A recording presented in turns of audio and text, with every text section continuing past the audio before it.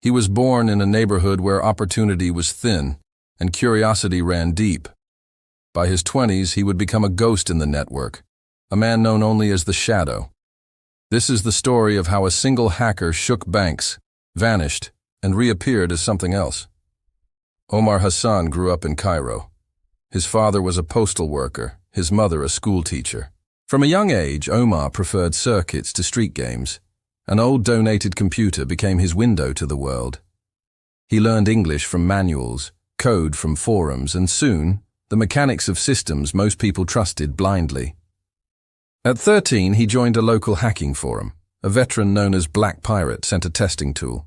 When Omar ran it, he found a database vulnerability on a small shopping site. He didn't steal, not yet. Instead, he tasted the power of entering systems that seemed invincible. He quit university. Speed, not lectures. Omar formed a small cell, Shadow, with 3 others across the Arab world.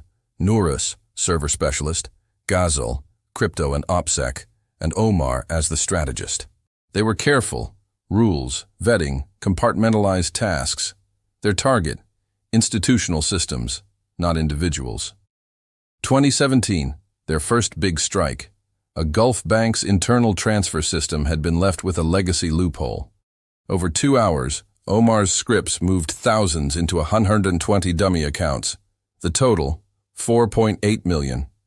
Transfers looked legitimate, routed through internal processes. By morning, the bank blamed a technical glitch.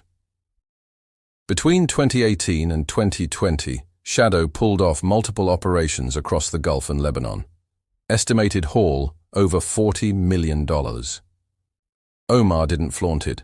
Much was laundered into cryptocurrencies and funneled anonymously to causes he believed in: food, medical aid, quiet donations that never bore his name. He told himself, "We don't steal from the poor. We take from the systems that take from them." Ambition grew. In 2020, they targeted a major European bank, the biggest risk yet. But a temporary server, used by Nourus, was inadequately secured. Anomalous network signals were picked up by European cyber teams, an IP fingerprint linked by chance to the broader region Shadow operated from. The first thin threads of a trace began to unravel. In December 2020, Omar was arrested in Cairo. Authorities seized devices, but Omar had practiced digital hygiene, encrypted drives, burned backups. The forensic trail was scant. Months later, he was released for lack of definitive evidence, but he was never truly free. Monitored, watched, the Shadow had vanished from the net.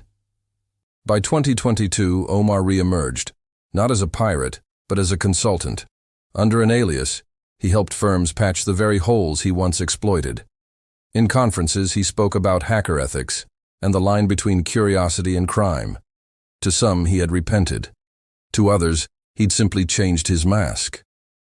In 2023, a digital signature reminiscent of Shadow's techniques surfaced in an attack, or perhaps a mimic. On a clandestine forum, a message appeared: "I attack systems, not people." Whether Omar returned or inspired a new generation, the idea endured.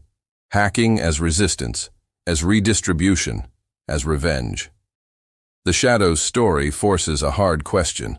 When technology outpaces law and ethics, who decides what justice looks like in the digital age?